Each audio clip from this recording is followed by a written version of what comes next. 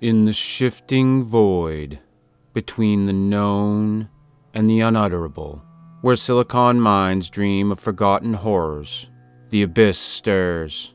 Welcome to AI Lovecraft, where machine intelligence weaves eldritch tales beyond mortal comprehension. Listen if you dare. Some things are not meant to be known. Please like, subscribe, leave a comment. Now let's get into tonight's story. The Skin That Crawls. In the shadowed recesses of Miskatonic University's most secluded laboratory, where the air hung heavy with the metallic tang of ozone and the hum of forbidden machinery, Dr. Elias Warrick toiled. His obsession was no mere academic pursuit, but a descent into the abyss of cosmic truths. Truths that the feeble minds of his colleagues could scarcely fathom. For years he had studied the lunar samples retrieved from the Apollo missions, their crystalline matrices glinting with an otherworldly sheen under his microscope. It was not their composition that fascinated him, but the radiation they emitted. Faint, pulsing wavelengths that seemed to whisper of eons uncounted, of epochs when the earth was young and formless, writhing under a sky ablaze with alien stars. Warrick's laboratory was a shrine to his mania, its walls lined with lead to shield the outside world from the emanations of his experiments. At its heart stood the resonator, a grotesque apparatus of coiled copper and quartz lenses designed to amplify and isolate the lunar radiation's most peculiar frequencies. Its hum was a low, guttural chant, a sound that seemed to claw at the edges of sanity. By its light, Warrick's gaunt face took on a spectral pallor, his eyes sunken and feverish, as though he peered not into glass but into the void itself. His assistant, Thomas Crail, was a man of quieter disposition, a diligent soul who had once dreamed of cataloging the stars, but now found himself ensnared in Warrick's orbit. Crail's hands trembled as he adjusted the resonator's dials, his brow furrowed with unease. "Dr. Warrick," he ventured one evening, his voice barely audible over the machine's drone. "Are you certain these wavelengths are safe? The readings, they're unlike anything in the literature." Warrick's laughter was a dry, mirthless rasp. "Safe? Thomas, safety is the refuge of cowards. These wavelengths are not mere energy, they are the echoes of creation itself, the primal song of the cosmos. Do you not feel it, the way it stirs the blood, the bone?" Crail did not answer, but his gaze lingered on the resonator's pulsing core, where a sickly green light danced like a will-o'-the-wisp. That night he dreamed of a sea without shores, its surface writhing with shapes that were neither fish nor flesh, their forms dissolving and reforming in an endless, nauseating flux. He awoke with a start, his skin prickling as though it sought to flee his body. Days bled into weeks and the experiments grew more reckless. Warrick exposed organic samples, plants, rodents, even his own blood, to the resonator's light, noting with feverish glee the mutations that followed. Leaves curled into spirals that defied Euclidean geometry. Rats grew teeth in places no mammal should. His own blood, viewed under the microscope, revealed cells that shimmered and split, forming patterns that suggested no earthly lineage.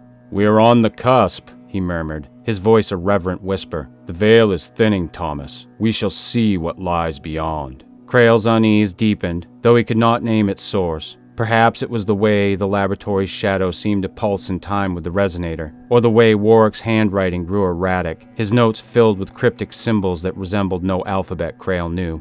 Or perhaps it was the sensation in his own body, a faint, crawling itch beneath his skin, as though something within him stirred, impatient to be born. It began with Crail's hands. One morning as he adjusted the resonator's lenses, he noticed a tremor in his fingers, not the nervous shake of fatigue, but a deliberate, sinuous motion, as though his skin sought to slough itself free. He stared, horrified, as the flesh of his palm rippled, forming fleeting ridges that vanished as quickly as they appeared. His breath caught and he hid his hands in his pockets, telling himself it was a trick of the light, a product of sleepless nights. But the changes did not relent. By the following week, Crail's teeth ached, shifting in their sockets with a slow, grinding motion. He avoided mirrors, dreading the sight of his own face, but one evening in the laboratory's dim reflection, he glimpsed his jawline twitching, as though the bones beneath sought to reshape themselves. His eyes, once a mundane brown, now glinted with flecks of an unnatural hue. Green, gold, colors that shimmered like the resonator's light.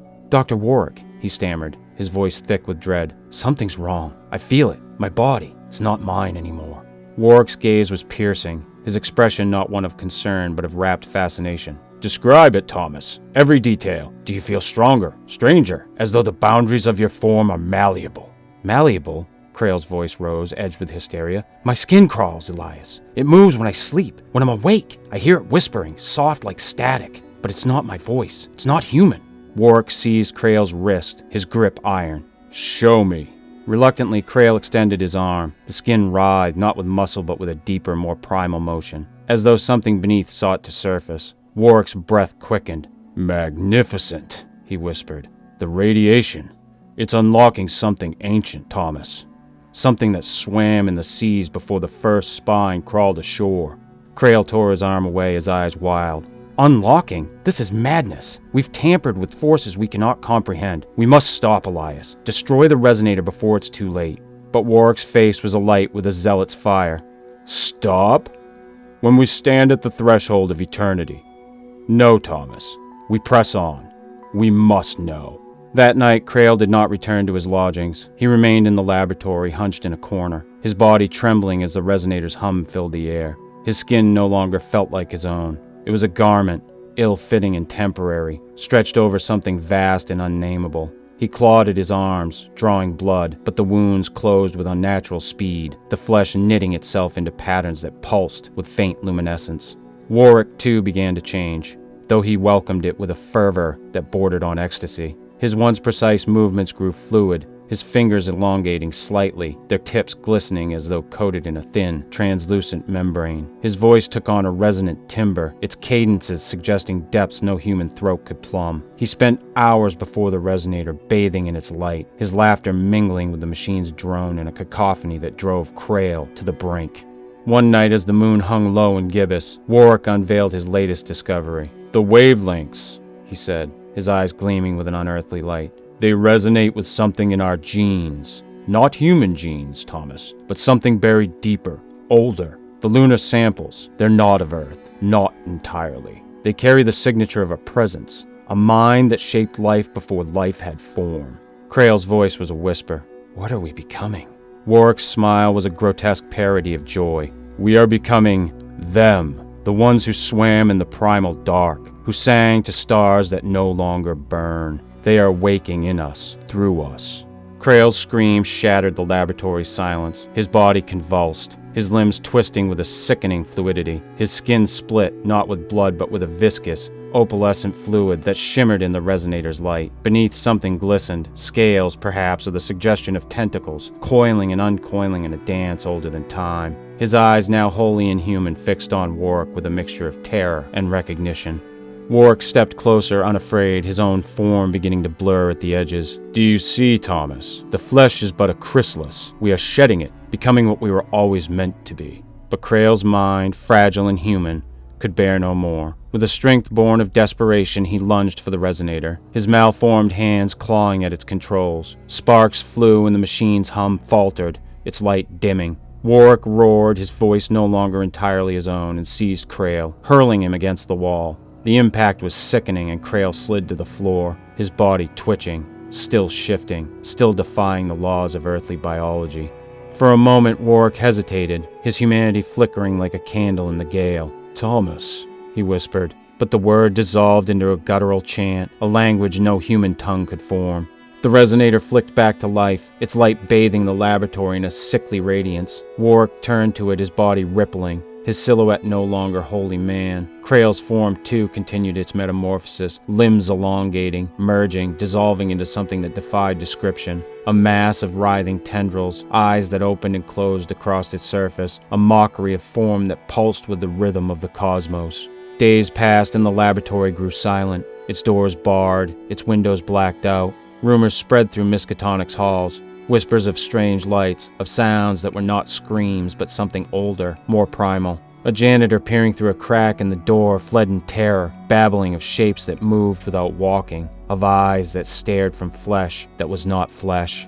When the authorities finally forced entry, they found the laboratory empty, the resonator cold and silent. Of Warwick and Krail there was no trace, save for faint glistening smears on the floor, their patterns suggesting motion, purpose, as though something had slithered into the shadows and beyond. But in the nights that followed, when the moon rose full and bloated, fishermen along the Miskatonic River spoke of shapes in the water, shapes that were neither fish nor man. their surfaces shimmering with colors no earthly eye could name. And in the deepest hours when the stars aligned in patterns forgotten by time, a low, resonant hum echoed through the hills as though the earth itself sang of secrets it could no longer contain.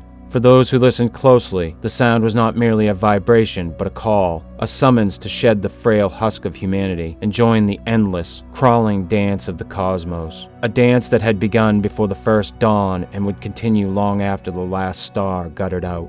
And somewhere in the uncharted depths of that primal sea, Warrick and Crail swam, no longer men, no longer bound by flesh or fear, but something older that had waited eons to be reborn.